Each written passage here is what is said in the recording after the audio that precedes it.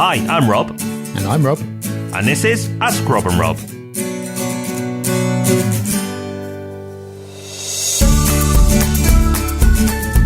Yes, welcome to Ask Rob and Rob. It's Tuesday. That's the day that Craig David takes her for a drink, and we answer a couple of property questions. Might be sad, but I think we got the better end of the deal there. We've got two great questions, as always, which is just as well because these intros are getting slightly more tortured every week. The quality of the questions, though, remains stellar. So if you'd like to add to this wonderful pile of property questions that we have, Rob, how do people do it? Oh, it's so simple, Rob. First of all, they can go to our lovely, beautiful website. And if you've not been, go and have a look. It's thepropertyhub.net/ask. That's thepropertyhub.net/ask. You can go there. Or you can do it via your phone device on 0138 08 00035. That's 013 808 00035. Normal rate supply, of course. We don't answer. It's just an answer machine. You leave your question and we'll answer it in due course. And that is exactly what Trevor has done. Hi, Rob and Rob. This is Trevor here from Letchworth in Hertfordshire. My question is about shared ownership. Now, I'm not looking to purchase a shared ownership property, but I just want to know a little bit more about the model and how it works if you're selling. I'm thinking about my long-term buy-to-let plan, and I'm wondering if this is a way of mitigating capital gains tax on a sale by perhaps spreading the sale over a number of years. Love the show and can't thank you enough for the education and the entertainment. All the best, Trevor. So thanks, Trevor. I can't remember getting a question on shared ownership yet, so this is going to be a good opportunity to talk about it in a deeper way than we probably have before, which is great, so thank you. First of all, what is shared ownership for those who don't know? Well, shared ownership is if you buy a property, you buy a proportion of it. So you might buy 75% or 50% or 25% if you live in London, or 1% if you live in London. The point of it is it helps people get on the property ladder. That's why it was created. That's what it was made for. Now, the first thing I'd point out is this is really a show about property investment. I know we're called the Property Podcast, but it's mainly about property investment. I'd be surprised if you could execute a buy-to-let model on this. If you can, you'll certainly need to get permission from the other percentage owner. And the other percentage owner is normally a housing association of some sort. Okay. Now, let's talk about it in general, though, because people like to know how it works. You will own and get a mortgage on your proportion, so let's just say 75%, and the remaining 25% you will pay a rent to the housing association. Okay. And you will own 75% when you sell it, if you haven't bought any more of it. We'll talk about that in a second. The great thing about the housing association being involved, though, is in most cases, if there's repairs, they're actually liable. Just as, if you rent, the landlord is liable. So that's really interesting, and not a lot of people know that. Even if you're buying it for your own home, the mortgageability side of it can be a little bit tricky. There aren't all the lenders available. So you just need to look out for these things, but they certainly do exist. As I say, buy-to-let, I'm not sure at all if it works. I don't know of anyone. Doesn't mean it doesn't happen, but I don't know of anybody who's done it legally. I think the big thing that puts me off shared ownership in general, because a lot of people, young listeners, ask me about it for their own homes, is that when you sell it, you've got to give the housing association landlord first refusal.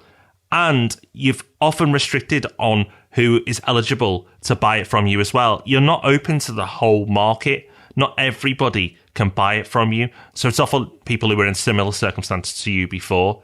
So in general, shared ownership can be a useful tool for certain people. And if you want to increase your share, known as staircasing, you might be able to get to the point where you own the property outright.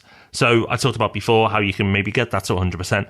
That's how you would do it. So interesting concept, definitely a place for it in the market, but not the dream ticket for everybody for the first time buyers. And for buy-to-let, as I say, I can't really see it working because you'd need the permission from the housing association and from a buy-to-let lender.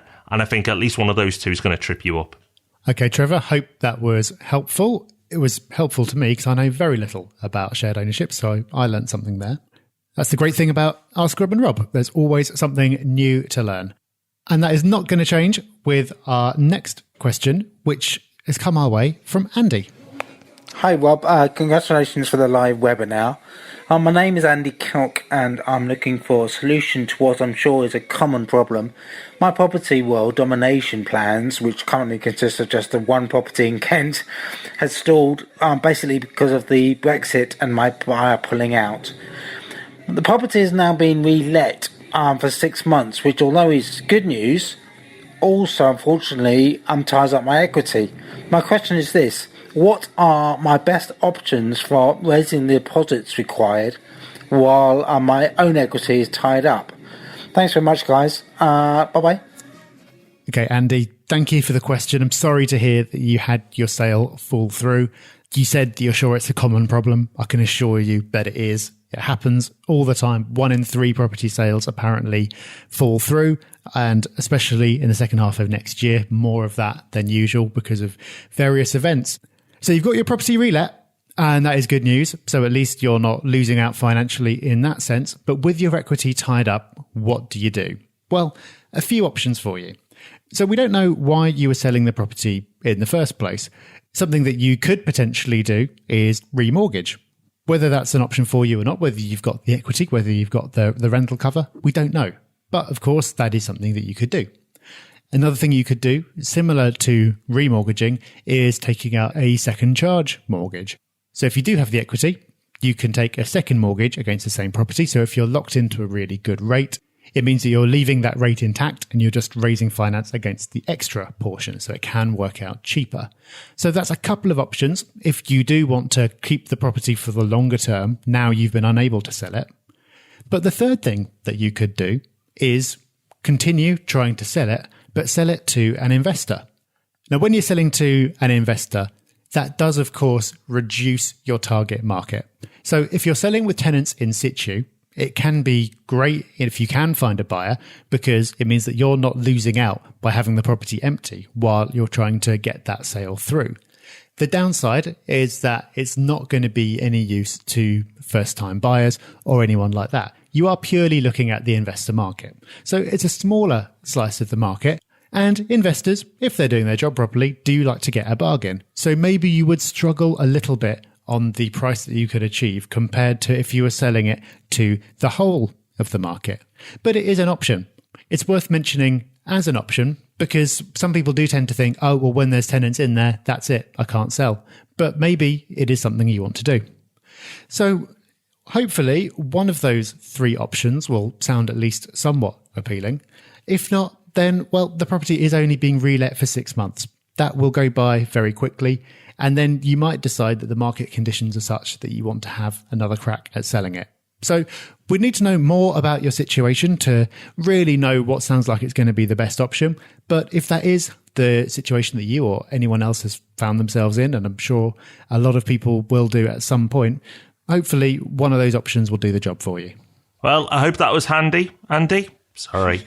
But that was another great answer. So thank you, Rob D. Rob, is there anything else we should mention? Well, there is one thing that's worth mentioning. If you haven't had your fill of free property education yet, and you can't hang on for the property podcast on Thursday, you just need to get some more learning in there. If that describes you, then first of all, well done. Great attitude. Second of all, you can get that by checking out our free courses on the Property Hub. These are video courses where we take you through all manner of different topics, including whether you should use a limited company to invest in property, a very popular topic at the moment. We talk about flipping, we talk about buying BMV, and lots more besides. If you haven't checked those out yet, just go to thepropertyhub.net. They're there, they're waiting for you, they're free. Take that opportunity to increase your property knowledge. Well, we are a generous pair, aren't we, Rob? More free knowledge. And more free knowledge back on Thursday with the Property Podcast, of course. And we'll be back next Tuesday with Ask Rob and Rob. But until then, everyone, have a great week. See you for now. Bye-bye. Bye-bye.